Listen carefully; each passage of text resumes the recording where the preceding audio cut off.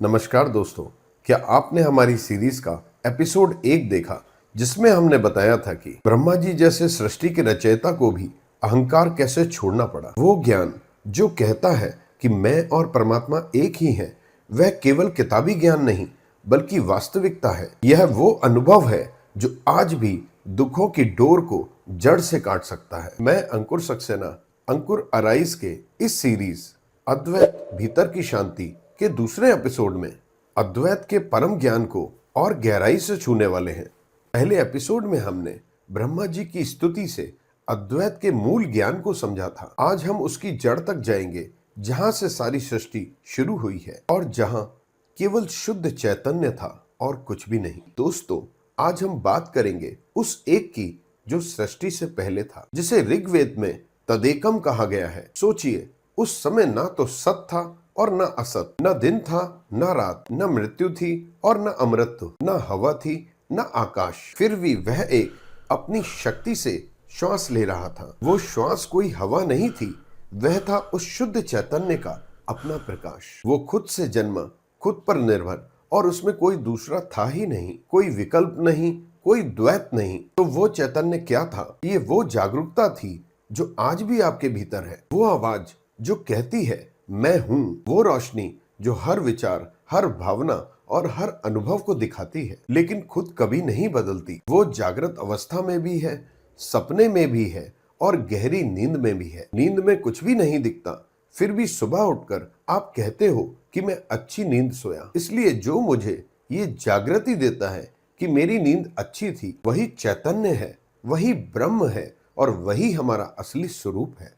अब सोचिए, उसी एक अजन्मे ब्रह्म ने अपनी शक्ति से देखना चाहा तो माया का पर्दा उठ गया। माया कोई अलग चीज नहीं, उस ब्रह्म की अपनी ही शक्ति है। जैसे समुद्र में लहरें उठती हैं, लेकिन वे समुद्र से अलग नहीं होती। उसी माया के पर्दे में उस ब्रह्म को हम सब दिखने लगे। शरीर, मन, संसार, रिश्ते। लेकिन याद रखिए, ये सब बाद में बनी चीजें हैं। असली सत्य तो वह एक चैतन्य ही था और है। दोस्तों, इसे बारीकी से समझना बहुत जरूरी है, क्योंकि यह चैतन्य का ज्ञान ही हमें रोज के तनाव से मुक्त कर सकता है। जब आप चिंता में होते हो तो वह चिंता तो मन की है, परंतु जो उस चिंता को देख रहा है वह तो शांत चैतन्य है और वो कभी चिंतित नहीं होता। जैसे स्क्रीन पर कोई मूवी चल रही हो, उसका कोई कैरेक्टर रो रहा हो या हंस रहा हो, उन भावनाओं का स्क्रीन से कोई लेना देना नहीं। इसलिए आपका असली स्वरूप तो वह स्क्रीन है। उस चैतन्य को पहचान लो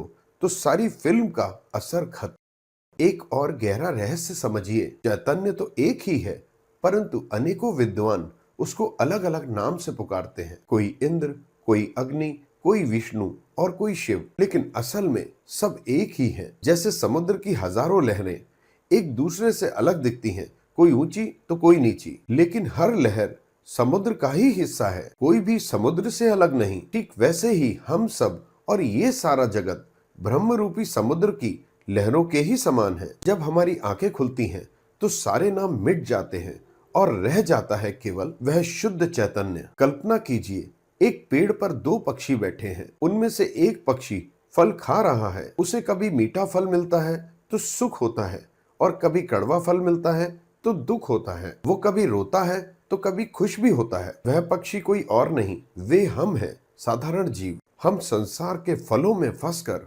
बार बार जन्म मृत्यु के चक्कर में पड़े रहते हैं। उसी पेड़ पर एक दूसरा पक्षी जो चुपचाप बैठा है, बिना खाए, बिना चाहे और बिना कुछ बोले। वही हमारा असली स्वरूप है, जिसे हम परमात्मा, चैतन्य या हमारा साक्षी कहते हैं। वो हर फल को देखता है लेकिन कभी प्रभावित नहीं होता। वो हमेशा शांत रहता है और जागृत रहता है। चमत्कार की बात यह है कि जब पहला पक्षी दूसरे पक्षी की तरफ देख लेता है और पहचान लेता है कि वो जो देख रहा है वो भी मैं ही हूं, तभी सारा खेल खत्म। फल गिर जाते हैं और दोनों पक्षी अलग नहीं रहते। सिर्फ एक पक्षी रह जाता है, कोई खाने वाला नहीं, कोई देखने वाला नहीं। और यही है शुद्ध चैतन्य। ये चेतना रूपी चैतन्य हमेशा आपके साथ है। सोचिए, अगर आप कोई गलती करते हैं और मन कहता है मैंने गलत किया, तो कौन सुन रहा है?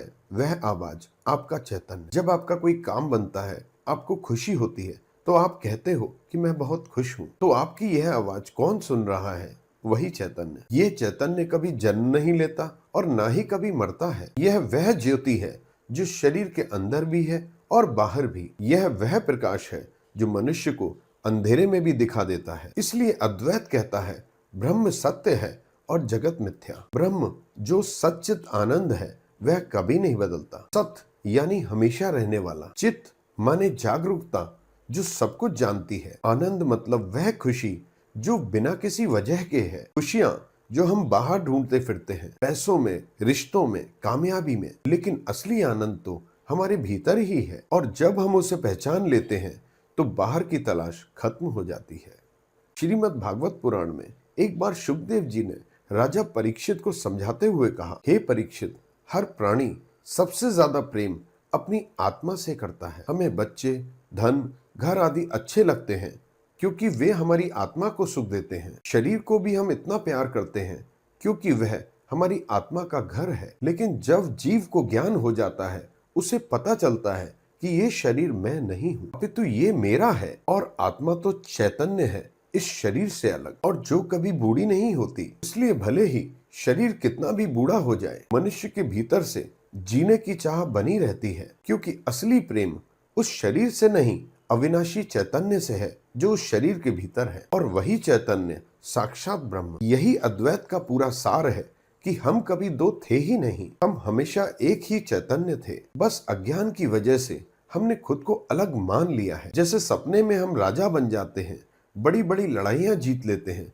परंतु जागते ही पता चलता है यह सब तो मन का एक खेल था। उसी प्रकार यह संसार माया का एक खेल है। ज्ञान की किरण पड़ते ही सब अज्ञान मिट जाता है और अंत में सिर्फ एक अविनाशी चैतन्य रह जाता है। अब समझते हैं कि यह चैतन्य रोजमर्रा के जीवन में हमारे कैसे काम आता है। जब हमारा कोई अपमान होता है तो मन दुखी होता है, लेकिन अगर आप उस दुख को देखने वाले दूसरे पक्षी के समान चैतन्य की तरफ खड़े हो जाओ तो दुख हल्का हो जाता है। जब अकेलापन लगे तो याद करो वो चैतन्य कभी अकेला नहीं होता, क्योंकि उस एक से ही पूरा संसार बना है और वह सबके भीतर एक ही है। जब तनाव आता है तो सांस पर ध्यान दो और सोचो ये श्वास भी उस ब्रह्म की ही शक्ति है जो सृष्टि के पहले से भी थी। चैतन्य का ज्ञान कोई ऊंची बात नहीं, यह आपके भीतर का ही एक अनुभव है। जब आप शांत बैठकर केवल जागरूक रहते हो, अपने भीतर झांकते हो,